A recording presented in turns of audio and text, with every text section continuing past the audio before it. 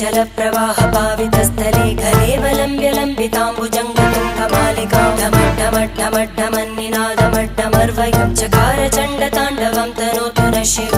शिवम्